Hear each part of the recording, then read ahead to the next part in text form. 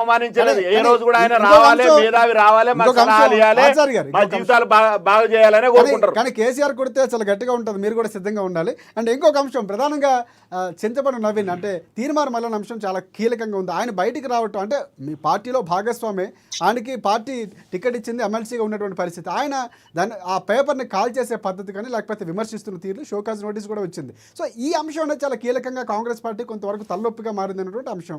So మీరు దానికి ఏం చెప్తారంటే అది పార్టీ పరంగా చూడాలా లేకపోతే ప్రభుత్వ పరంగా వ్యతిరేకంగా చూడాలా, ఏ విధంగా చూడాలంటారు? అన్న ఒకటి మాత్రం, పార్టీలో కలహాలు అనేది టీ కప్పులో తుఫాన్ లాంటిది. ఇప్పుడు ఎస్సీ రిజర్వేషన్ల పైన చర్చ వచ్చినప్పుడు సంపత్ కుమార్ లాంటి ఒక ఏఐసిసి సెక్రటరీ ఎస్సీల పట్ల రేవంత్ రెడ్డి గారితో 10 సార్లు కొట్లాడైనా సరే వాళ్ళ యొక్క కమ్యూనిటీకి మంచి చేసుకోవాలనే ఉద్దేశంతో 10 సార్లు కొట్లాడినా తను అనుకున్నది సాధించగలిగింది. ఎందుకంటే ఈ రాష్ట్రంలో ఎస్సీల యొక్క స్థితిగతులు ఇవి, ఇవాళ మాలాల స్థితిగతులు ఇవి, ఉపకులాల స్థితిగతులు ఇవి చర్చించి 10 సార్లు ఆ యొక్క రిజర్వేషన్లు వాళ్ళు సాధించుకున్నారు. మరి ఎందుకు నువ్వు కూడా మన పార్టీలో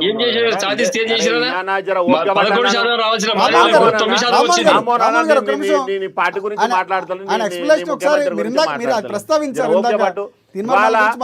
తీర్మార్ మల్లన్న ఇవాళ కాంగ్రెస్ పార్టీలో సభ్యుడు, ఎమ్మెల్సీగా గెలిచినోడు.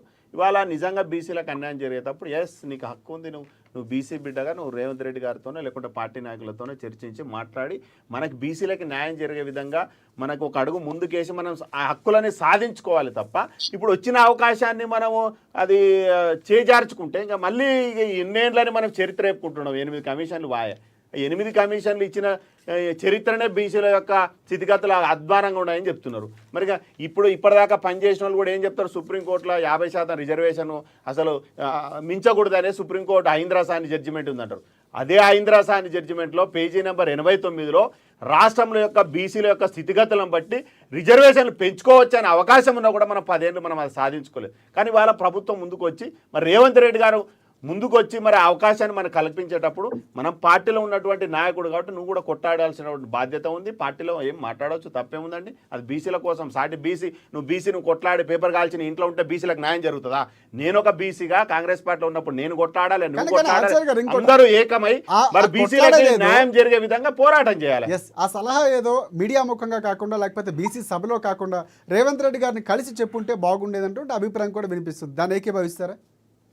రేవంత్ రెడ్డి గారిని కలిసి స్వయంగా కలిసి ఒక అపాయింట్మెంట్ తీసుకొని ఈ అంశాలు బీసీలకు అన్యాయం జరుగుతుంది బాగుండేది. నువ్వు కాంగ్రెస్ పార్టీ నాయకుడు, నిన్ను బీసీల రిప్రజెంటేటివ్గా నువ్వు ప్రమోట్ చేసుకుంటున్నావు. అది చేసుకునేటప్పుడు ఏముండాలి, బీసీలకి నువ్వు ఎంత చేసినా లాస్ట్కి అది అవకాశం బీసీలకు కల్పించిన వాడిగా కావాలి. కానీ అవకాశాన్ని తుంచివేసే విధంగా నువ్వు ఇవాళ ఏదో అంటే ఒక మేధావి ఏముంటుంది, ఆ లక్ష్యాన్ని సాధించాలి.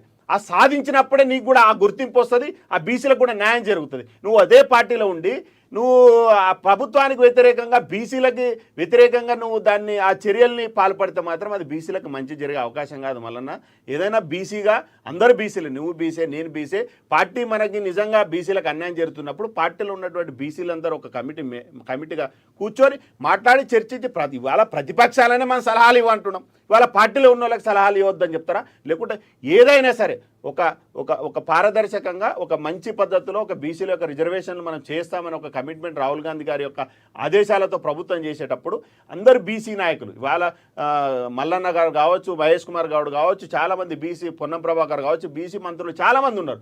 చర్చించి మనకి ఇట్లా కాదు ఇట్లా అని మనం ఏదైతే ఆ లక్ష్యాన్ని సాధిస్తామో అది మనం చరిత్రలో ఉండిపోతాం. ఇవాళ మనం ఏదో అడ్డదిడ్డంగా ఇవాళ మాట్లాడేసి సోషల్ మీడియా దీంట్లో పబ్లిసిటీ అయిపోతే నిజమైనటువంటి లక్ష్యం ఏదైతే మనం బీసీలకి మన రిజర్వేషన్ ఇన్నేళ్ళు మనం కొట్లాడుతున్నాం ఆ లక్ష్యము మరి నీరు గారే ప్రమాదం ఉంది. కాబట్టి అట్లా నీరు గారకుండా డైవర్ట్ కాకుండా ఆ లక్ష్యాన్ని గట్టిగా చేసి మనం అనుకునే లక్ష్యంగా రిజర్వేషన్లు పెంచి ఇంకా మన జనాభా ప్రాతిగా మళ్ళొకసారి సర్వే చేయించి లేకుంటే ఇంకా ఏ విధంగా అయితే మనం సలహాలు సూచనలు ఇచ్చి ప్రభుత్వానికి మన బీసీలకు న్యాయం జరుగుతో ఆ విధంగా కొట్టాడాల్సినటువంటి బాధ్యత ఒక ప్రజాప్రతినిధిగా అది తన మీద ఆ హక్కు ఉండే. ఆ హక్కుని కూడా ఇప్పటికి కూడా మించిపోయేది లేదు. ప్రభుత్వం దృష్టి తీసుకుపోయి కూర్చొని మాట్లాడితే 100% బీసీలకు న్యాయం జరిగే అవకాశం ఉంటుంది. రైట్ రామ్మోహన్ గారు, ఓకేనా? అంటే మీరు అన్నటువంటి ప్రశ్నకి క్లియర్ కట్గా ఆచార్య గారు సమాధానం ఇచ్చారు. ఖచ్చితంగా ఆయన ఒక బీసీ బిడ్డగా తన ఆవేదన చెప్పే ప్రయత్నం చేశారు, ఇంకా చెప్పే అవకాశం ఉంది, న్యాయం జరుగుతుంది అంటున్నారు. మీరేమంటారు? ఒకటి నేను ఏం చెప్తున్నాను, ఈ మాట తీర్మార్ నవీన్ గారు ఎప్పుడైతే అడిగినప్పుడు ఆ ప్రతులు చించేసినప్పుడు పిసిసి అధ్యక్షుడు మహేష్ కుమార్ గౌడ్ గారు కార్యాలయానికి పిలిపించుకొని వారితో మాట్లాడి చర్చిస్తే బాగుంటుండే. ఈ రోజు పెద్దల ఆచార్య గారు టీవీలో కూర్చొని చెప్తున్నారు ఇవన్నీ విషయాలు. ఈ విషయము ఎవరు చెప్పాలి? పిసిసి అధ్యక్షులు, లేకపోతే వారి మంత్రివర్గ సహచరులు పెద్దలు వాళ్ళందరూ కలిసి, లేకపోతే రేవంత్ రెడ్డి గారు